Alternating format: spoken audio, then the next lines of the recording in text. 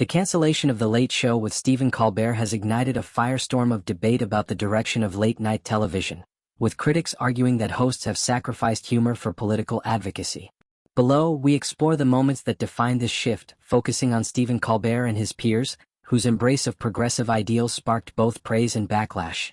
Stephen Colbert, once revered for his razor-sharp satire on The Colbert Report, faced criticism for monologues that leaned heavily into liberal talking points. One notable instance involved a passionate defense of climate change policies, where Colbert delivered a series of pointed jabs at conservative lawmakers. While his supporters lauded his conviction, detractors argued that the segment felt more like a lecture than a comedy routine. The monologue, which aired during a heated election cycle, went viral on social media but also sparked accusations of pandering to a progressive audience. Another controversial moment came during an interview with a prominent activist discussing systemic racism.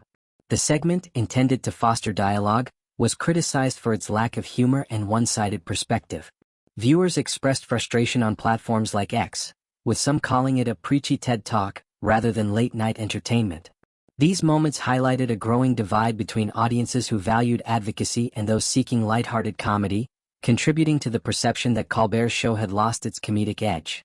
Jimmy Kimmel, known for his approachable humor, stirred controversy with an emotional monologue about healthcare reform, inspired by his son's medical challenges. The tearful segment resonated with many but drew criticism from viewers who felt Kimmel was using his platform to push a liberal agenda. Subsequent monologues on gun control and immigration further fueled accusations of wokeness, with critics arguing that Kimmel prioritized activism over entertainment. These segments, while heartfelt, underscored the challenge of balancing personal conviction with broad appeal. Trevor Noah, host of The Daily Show, faced similar scrutiny for segments that leaned into social justice themes. A lengthy discussion on reparations, rich with historical context but light on humor, drew mixed reactions. Supporters praised Noah's educational approach, while critics argued it felt out of place in a comedy show. This segment, among others, contributed to the perception that late-night television was becoming a platform for preaching rather than entertaining, with declining ratings reflecting a disconnect with viewers. James Corden, before exiting The Late Late Show, was criticized for a musical parody celebrating a celebrity's public apology.